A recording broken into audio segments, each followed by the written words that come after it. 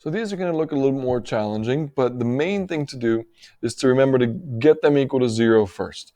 So in this case, again, like I said last time, we want the squared terms to be positive. So I'm just going to go ahead and add this guy over. That makes it equal to 0, and it makes that squared term a positive number. Really, it's much harder to factor when your squared term is negative. So now we've got this.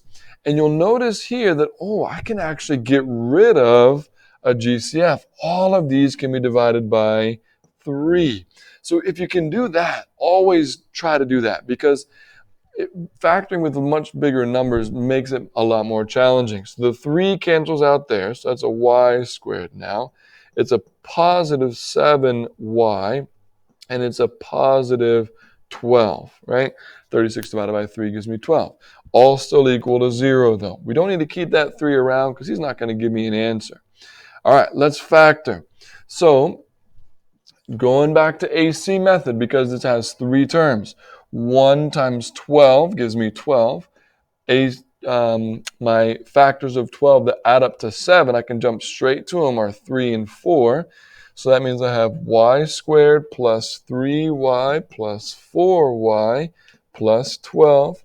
If I split them down the middle and pull out my GCFs, they're going to be y out front. That's my GCF on that first one. And then 4y and 12 have a GCF of 4. All right, so you can start to see as I'm factoring here, I'm kind of doing a little bit more every time in my head so that I don't have to write it all down. Divide by y squared divided by y squared divided by y is y. 3y divided by y is just positive 3. Same here again, 4y divided by 4 is y. Divide by 12 divided by 4, you get 3. So, almost last but not least, y plus 4 and y plus 3 are my 2 factors. Now, normally this is where we stopped, right? This is where we stopped. But it's not where we stop any longer because we're now solving. We have factored, but we're now solving. So we have to take it one step further. We split it, and you can probably tell me right now, when you subtract that 4 over, it's going to be negative 4. When you subtract the 3 over, it's going to be negative 3. Now you're done. Now you're done because you have actually solved. We used factoring to get there. Factoring kind of was the end all be all, but really now it's getting us to our final destination. All right, your final destination is Hawaii. It's not the airplane, right? The airplane is just how you get there. I'm going to skip down to number 9. Number 8 was very, very similar. Number 9 is not equal to 0, so I have to get this 15 over here. So I subtract it over. And so we're left with x squared minus 2x minus 15 equals 0. All right. If you haven't been paying attention, I want you to pay attention right now because I'm going to let you in on a little secret. Okay? Normally we would factor this and we'd go 1 times negative 15 gives me negative 15. And then we find the factors of negative 15 that add up to negative 2. In this case, they're going to be negative 5 and 3. And then we would go yada, yada, yada. But I want to point something out to you, okay?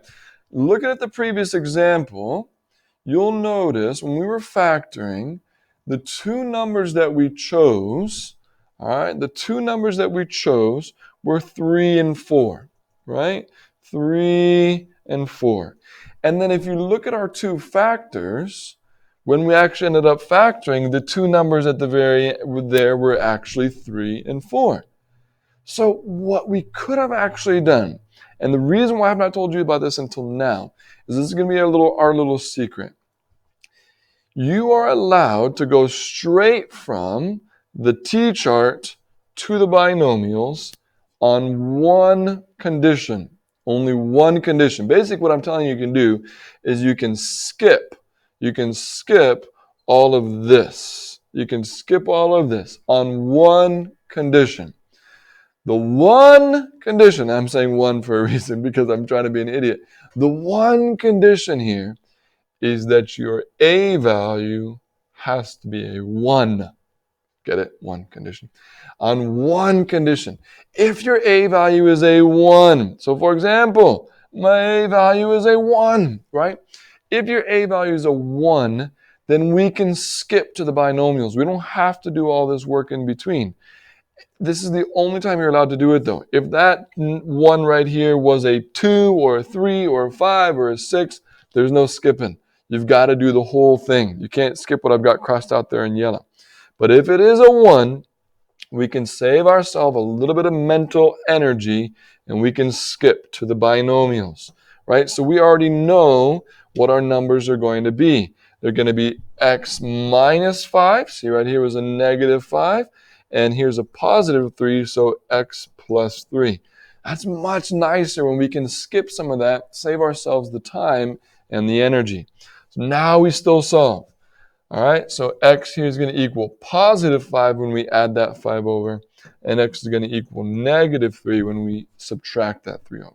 So again, our little secret, if your a value is 1 and only 1, 1, 1, 1, 1, 1, if your a value is 1, you can skip to the binomials. Your two numbers right here are going to be your two binomials, all right? And then don't forget to solve. Our little secret.